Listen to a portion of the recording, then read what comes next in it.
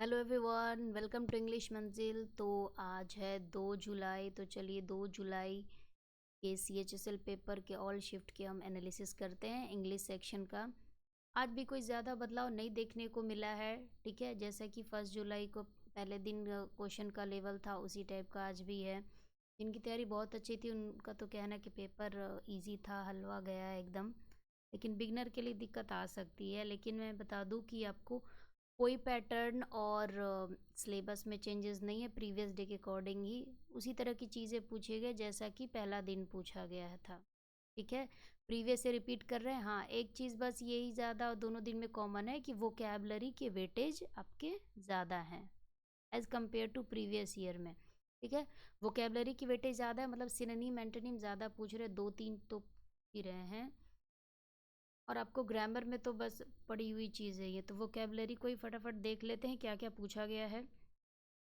Vocabulary में बात करें तो सिनोनिम एंटोनिम देख लेते हैं। अब एंटोनिम पूछा गया या सिनोनिम पूछा गया वो कंफर्म नहीं पता, लेकिन जो वर्ड्स मिले हैं उनके हम सिनोनिम एंटोनिम दोनों देख लेते हैं, ताकि अगर इससे रिलेटेड कोई एक वर्ड आपको दे दे तो आपके अपने शिफ्ट में आपको दिक्कत ना हो, आपका रिवीजन रहे। बैरन पूछा गया था। बैरन मतलब होता है आपका बंजर, राइट। बैरन मतलब बंजर, मतलब ऐसी भूमि जो उपजाऊ ना हो, या तो भूमि या कोई चीज़ जो कि अनप्रोडक्टिव हो। ठीक है, तो सिनोनिम इसका हो जाएगा infertile, desert, sterile, unproductive, arid. ठीक है, एंटोनिम की बात करें तो अगर बैरन मतलब बंजर है तो एंटोनिम हो जाएगा इसका उल्टा यानी ऑपोजिट, यानी उपजाऊ, फलदायक, है ना। तो fruitful, lush, productive, prolific, fertile, ये सब इसके एंटोनिम हो जाएंगे। नेक्स्ट आपको इंजॉय है। इंजॉय का सिनोनिम क्या हो जाएगा? इंजॉय मतलब मज़े करना, आनंद लेना, आनंद उठाना। इसका सिनोनिम हो जाएगा रेलिश, चेरिश, सेवर। ठीक है, एंटोनिम की बात करें तो मज़ा नहीं करना यानी कि नापसंद करना, डिसलाइक, डिटेस्ट, अभोर, लोथ, डिस्पाइज। ठीक है, ये हो गया। नेक्स्ट आपका पूछा गया वंडरफुल, मतलब कि बहुत ही बढ़िया, आश्चर्यजनक में जो चीज़ आपको बढ़िया लगी उस सेंस में है। सिनोनिम इसका है आपका amazing, marvellous, fantastic, outstanding, fabulous, incredible. ये सब इसका सिनोनिम है। एंटोनिम की बात करें तो सब जो कि उतना अमेजिंग नहीं है, उतना रोचक नहीं है, उतना आश्चर्यजनक नहीं है, नॉर्मल सा है, यानी कि ऑर्डिनरी, अनरिमार्केबल है, मीडियोकर है, मंडेन है, साधारण है। ठीक है, नेक्स्ट आपका यूबिक्यूटस। ये पहले भी बहुत पूछा गया। यूबिक्यूटस फेवरेट वर्ड्स में ही आ जाता है आपका। इसका सिनोनीम आपको है ओमनी प्रेजेंट। अच्छा, यूबिक्यूटस मतलब होता क्या है? मतलब जो प्रिवेलेंट हो, हर जगह जो अवेलेबल हो। ठीक है, हर जगह व्याप्त हो। ओमनी प्रेजेंट यानी जो हर जगह प्रेजेंट हो। प्रिवेलेंट है, यूनिवर्सल है, परवेसिव है। यूबिक्यूटस का मतलब जो अवेलेबल है हर जगह, सार्वभौमिक है। तो एंटोनिम इसका हो जाएगा जो हर जगह नहीं है, उतने कॉमनली नहीं मिल रहा है, यानी कि रेयर है, स्कार्स है, अनकॉमन है, इनफ्रीक्वेंट है। समझ गए? चलिए आगे बढ़ते हैं। नेक्स्ट आपका लिथार्जिक पूछा गया, जिसका मतलब कि आपको हो गया लेजी, सुस्त, धीमा, ये कह सकते हो। उसका सिनोनीम में भी आपको आ गया lazy, sluggish, inactive, indolent, torpid, weary, slow, lackadaisical. ठीक है, इसमें आपको ये लास्ट वाला ये देख लोगे, और ये टॉर्पिड, इंडोलेंट, ये रिपीट हो सकते हैं। ठीक है, एंटोनिम इसका हो जाएगा जो लेथार्जिक नहीं है, यानी कि जो एक्टिव है, जो कि सुस्त नहीं है, एनर्जेटिक है, यानी कि active, energetic, lively, vigorous, dynamic, सब लेथार्जिक के एंटोनिम हो गए, यानी ऑपोजिट। इम्प्लीकेट, इम्प्लीकेट का मतलब होता है एक तरह से शामिल करना या फंसा देना। ठीक है, शामिल कर देना या फंसा देना, यानी कि involve, associate, entangle, connect. Antonym विपरीत की बात करें तो शामिल न करना, उसको वहाँ से निकाल देना, क्लियर कर देना, या फंसा हुआ है तो उसको वहाँ से निकाल देना, यानी क्लियर, एब्सॉल्व, एक्सोनरेट, विकेट। ये आपके एंटोनिम होगा। इस तरह के क्वेश्चंस जितने भी आते हैं सबको उतने याद तो नहीं रहते हैं। मैं खुद भी पेपर दे के आई थी तो एक दो ही याद रहते हैं, तो उतने क्वेश्चंस नहीं मिल जाते। ठीक है, फिलहाल जितने याद रहते हैं उसमें से ये है। इडियम्स और फ्रेज में आपको इतने मिल पाए हैं। स्लिप ऑफ माइंड तो कह रहे पूछा गया तो स्लिप ऑफ माइंड मतलब कहते ना ये यार मेरे माइंड से स्लिप हो गया, यानी कि मैं भूल गई, दिमाग से निकल गया, करना था। तो टू फॉरगेट भूल जाना। लूज हर्ट मतलब होता है कि आपको हतोत्साहित हो जाना, टू बिकम डिस्करेज्ड। ठीक है, निराश हो जाना, हतोत्साहित होना। मान लीजिए कुछ लोग पेपर दे के आए या दे करके आएंगे, जैसे उन्होंने सोचा था कि ऐसा अटेम्प्ट करेंगे वैसा नहीं हो पाया, तो उसके बाद ये नहीं, आप you should not lose your heart. Okay, discourage नहीं होना है।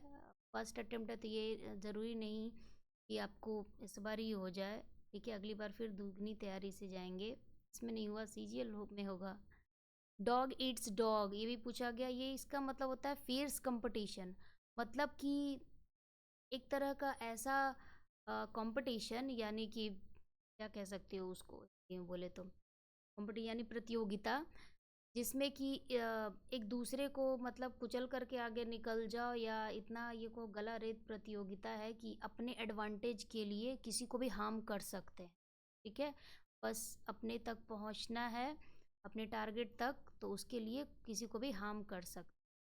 एक और इसी तरह से मिलता जुलता एडियम्स आता है आपको, रैट रेस। इसका भी होता है आपको फियर्स कंपटीशन, मतलब कि गला रेत प्रतियोगिता, कि खुद जीतने के लिए किसी को भी हार्म कर सकते हैं, वैसा कंपटीशन, जहाँ कुत्ते ही कुत्ते को खा रहे हैं, ऐसा कंपटीशन। नेक्स्ट आपका इट लाइक अ हॉर्स, मतलब कि घोड़े की तरह खाना, यानी कि बहुत ज़्यादा खाना, टू ईट अ लॉट।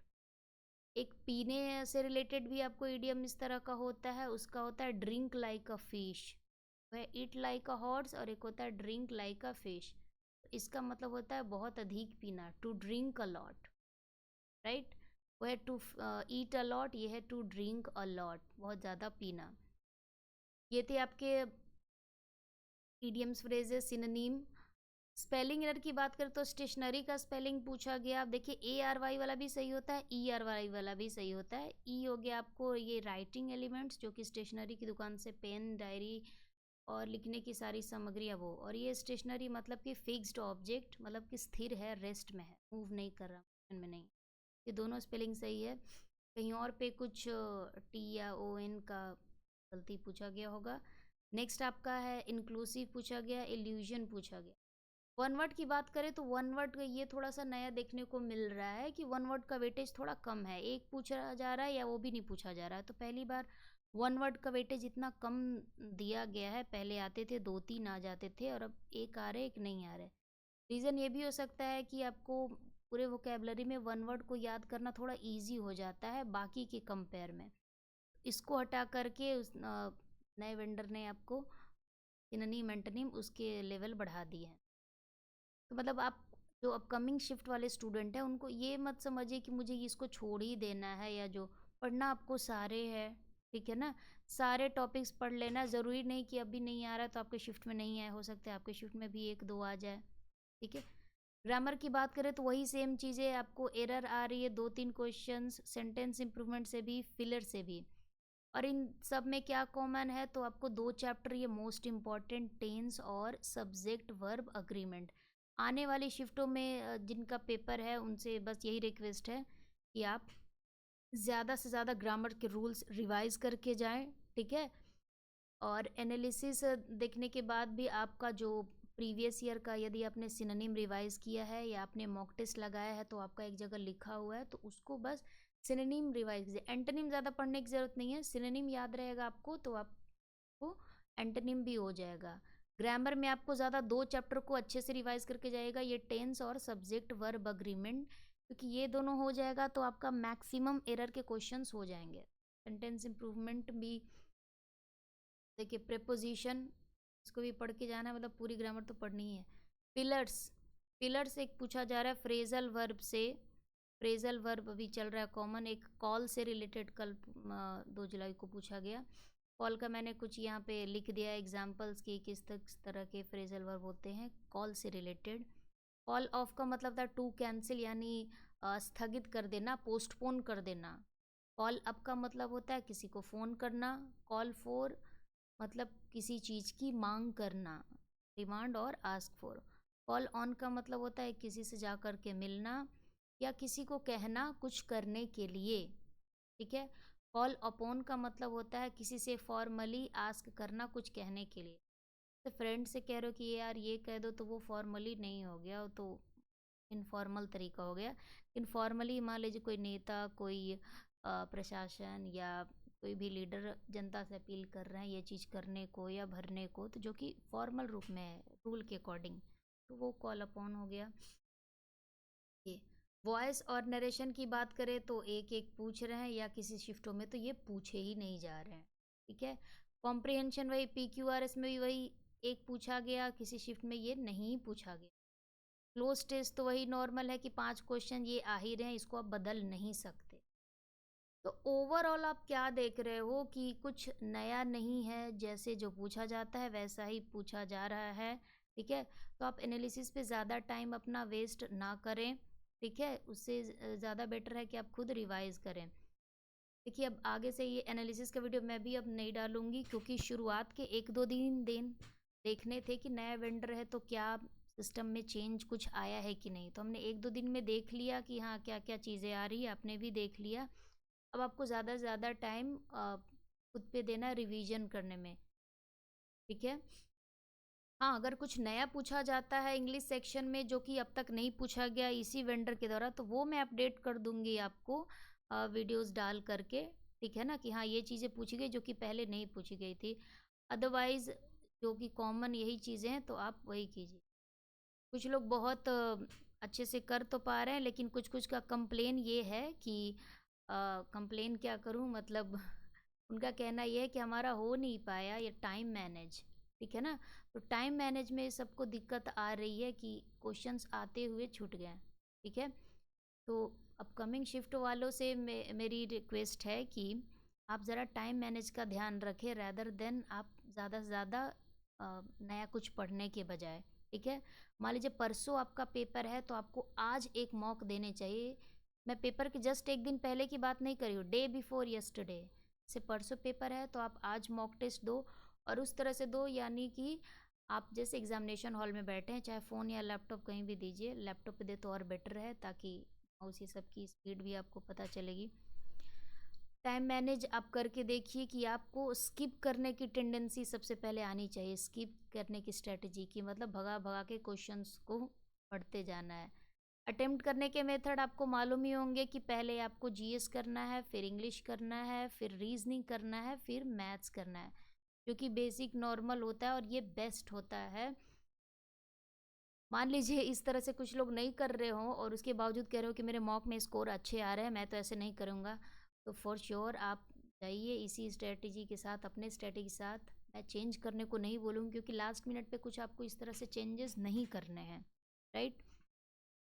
कुछ लोग का ये कहना है कि मैं तो यही सोच के गया था पहले जीएस करूँगा, फिर इंग्लिश, रीजनिंग, मैथ्स, लेकिन वहाँ जब पहुँचा सिस्टम खुला तो शुरू में कुछ दूसरा सेक्शन खुल गया। देखिए ज़रूरी नहीं कि पहले जिसका खुला, मान ली फर्स्ट शिफ्ट में पहले इंग्लिश खुला तो आपके शिफ्ट में भी वही खुलेगा। कुछ भी क्वेश्चन खुल सकता है, रीजनिंग का खुल सकता है, मैथ्स का खुल सकता है, लेकिन ऊपर आपको ऐसे हेडिंग बना हुआ रहता है, ऐसे 4 सेक्शंस का बना होता है कि रीजनिंग, फिर आपको लिखा रहता है क्वांटिटेटिव एप्टीट्यूड, फिर रहता है जनरल अवेयरनेस, और फिर आपका रहता है इंग्लिश और कॉम्प्रिहेंशन, इस तरह से।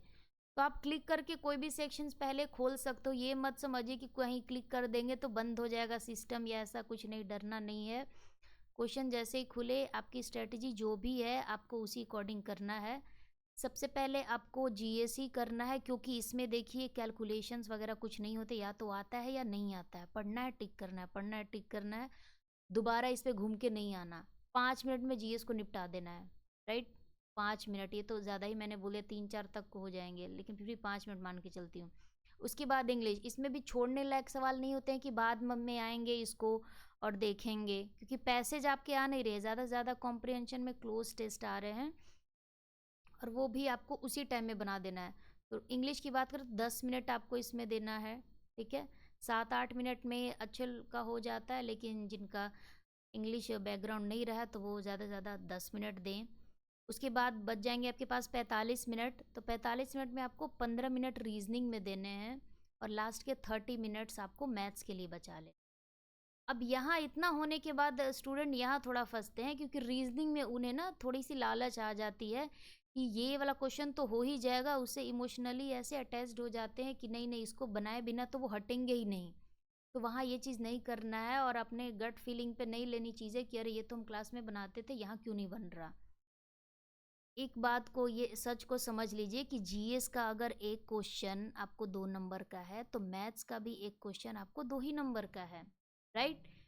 मैथ्स का क्वेश्चन बनाने में अगर एक पूरा सॉल्व कर लेते हो CI SI का करके आपको 2 नंबर मिलते हैं, और जीएस का एक क्वेश्चन सोल्व के भी आपको 2 ही नंबर मिलेंगे। तो हर क्वेश्चन का वेटेज बराबर है। तो आपको ये देखना है कि कहीं मैं ये टफ कर रहा हूँ, आगे आसान वाला मेरा इंतज़ार तो नहीं कर रहा जो कि छूट गया। तो जैसे रीजनिंग में इंटर करते हो, देखिए ये इसमें तो छोड़ने लायक कुछ नहीं था। रीजनिंग में जैसे ही आप इंटर करते हैं तो उसमें आपको क्वेश्चंस जो ज़्यादा आपको अगर टाइम ले रहे हैं, 30 सेकंड से ज़्यादा अगर टाइम आपको ले रहे हैं कोई क्वेश्चंस, तो आप फिर उसको स्किप कीजिए, आगे बढ़ जाइए, ठीक है। रीजनिंग में किस तरह के क्वेश्चन को छोड़ना चाहिए या बाद में करना चाहिए, तो अगर आपके क्वेश्चंस मान लीजिए इस तरह के हैं, आपको मिसिंग टर्म के, ठीक है ना, ऐसे दे दिए जाते हैं, बीच में कहीं ब्लैंक आ गया, एक बार देख लिया, 2 बार 3 बार 4 बार ऐसे करके, अब आप उसी में लगे हुए हो, जैसे मान लो फेसबुक से क्वेश्चन आया है और बना रहे हो, नहीं आप एग्जामिनेशन हॉल में है, 3-4 बार ट्राई कर लिया नहीं हुआ, आगे बढ़िए। कभी कभी इस तरह में ऐसे इसमें भी फॉर्मूला नहीं लग पाता ये, तो आगे बढ़ जाइए, ठीक है। बाकी जो करने लायक है, लग रहा है कि हाँ 1 मिनट के अंदर हो जाएगा, तो बनाते वक्त आपको पता चलता है वो चीज़ें। और वो करते करते आपको मतलब 28 मिनट 30 मिनट आपको देखते जाना है कि मैथ्स के लिए बच रहा है कि नहीं। मैथ्स में भी कुछ कुछ क्वेश्चंस लगते हैं कि हाँ ये है बन जाएगा, लेकिन अगर आपको ज़्यादा टाइम लग रहा है आप स्किप करो। मैथ्स में किस तरह के क्वेश्चन स्किप करने वाले होते हैं, अगर आपको डेटा वाला आ गया, ठीक है, बार ग्राफ वाला आ गया और लगातार उसके 5 क्वेश्चंस है, तुरंत क्लिक कर करके उसको स्किप कीजिए, ठीक है, उसको बाद में बनाइएगा। और फिर उसके बाद और किस तरह के क्वेश्चन, तो अगर बोर्ड मास वाले आ जाते हैं मैथ्स में, ठीक है, बोर्ड मास वाले यानी कि आपको ब्रैकेट वाला आ गया, ठीक है ना, उस तरह से, ये तो खैर इजी हो गया, ऐसे डिवीजन भी है, बड़ा ब्रैकेट भी है, छोटा भी है, तो आपको लग रहा है कि इसमें कोई फॉर्मूला थोड़ी ना है, ये तो बस जोड़ घटाव ये करके, तो कोई पूरा टाइम देने के बाद भी लास्ट में आंसर मैच नहीं करता, इसको तो आपको छोड़ ही देना है शुरू में, ठीक है ना, इसको स्किप करके आगे बढ़ना है। मतलब कि जब आप स्किप करोगे शुरू में तो आपको लगेगा कि सब तो हम स्किप ही कर रहे हैं, को बन ही नहीं रहा है, और थोड़ा सा प्रेशर बढ़ने लगेगा आपको। बट वो स्वाभाविक सी बात है, एग्ज़ाम है तो सबको लगता है, ठीक है ना। तो आपको स्किप कर करके आप कम से कम मैथ्स के 25th क्वेश्चन तक देख लेना है कि क्या क्या है एक्चुअली, ताकि आपको बाद में ये अफसोस ना रहे कि हम बनाते गए 12 नंबर क्वेश्चन तक ही पहुँचे और टाइम आउट हो गया, सिस्टम बंद हो, राइट, टाइम आउट हो गया, सबमिट हो गया अपने आप। तो वो नहीं होना चाहिए कि इधर से तैयारी खूब अच्छी करके गए हैं और वहाँ जा करके अपने टाइम मैनेज किया ही नहीं, राइट। तो ज़्यादा पढ़ना और ज़्यादा याद करना उससे ज़्यादा ज़रूरी है आपको टाइम मैनेज करने आना। और जिनके अपकमिंग शिफ्ट में पेपर हैं वो ज़रा इस बात का ध्यान रखें, पेपर के एक दिन पहले, मतलब दिन पहले, परसों है तो आज आप एक मॉक टेस्ट लगा लीजिए, और अगर आपको अभी भी टाइम मैनेज की दिक्कत आ रही तो उस दिन आप इस तरह से करके देखिए कि ऐसे ऐसे छोड़ना है क्वेश्चंस को, और इस तरह से स्किप करके हमको पूरा देख लेना है, क्योंकि वहाँ आपका 5 मिनट एक्स्ट्रा ही जाएगा। रीजनिंग में भी आपके जो पेपर वाले या पेपर कटिंग या मिरर इमेज, तो एक ही साथ आपको चारों ऑप्शंस दिखते भी नहीं है, स्क्रॉल कर करके नीचे देखना पड़ जाता है, ठीक है ना, कि किस में क्या है वो मिला करके। क्लिक करने के बाद भी दूसरा क्वेश्चन आता है, उसमें भी कुछ सेकंड का फ़र्क होता है, आप फ़ोन में मॉक टेस्ट देते हो वो अलग होता है, वहाँ लैपटॉप पे देते हो वो अलग होता है, ठीक है ना। काफ़ी फैक्टर्स अफेक्ट करते हैं। आपका फर्स्ट अटेम्प्ट है तो कोई बात नहीं, और चिल रिलैक्स होके जाइए, क्योंकि आपको तो और कोई डर ही नहीं, क्योंकि आप अगर एग्ज़ाम में कभी नहीं बैठे हो तो आपको और डर नहीं है, आराम से दे करके आइए। और उसके बाद देने के बाद आपको टेंशन नहीं लेना, जैसे भी आपका पेपर जाता है, आपका अगला एग्ज़ाम भी इंतज़ार कर, एमटीएस है, पीजीएल भी है, ठीक है। तो चलिए अगले आने वाले शिफ्टों के लिए सबको ऑल द बेस्ट, और एनालिसिस पे ज़्यादा आप टाइम वेस्ट ना करें, ठीक है। जो आपका है वो रिवाइज़ करते रहिए, लिखा हुआ जो आपने नोट डाउन किया है पहले से उसको रिवाइज़ कीजिए, और बस टाइम मैनेज के तरीका देखिए कुछ दिनों में, ताकि वहाँ आप टाइम बचा सको, वो आपके लिए बेस्ट होगा, ठीक है। चलिए।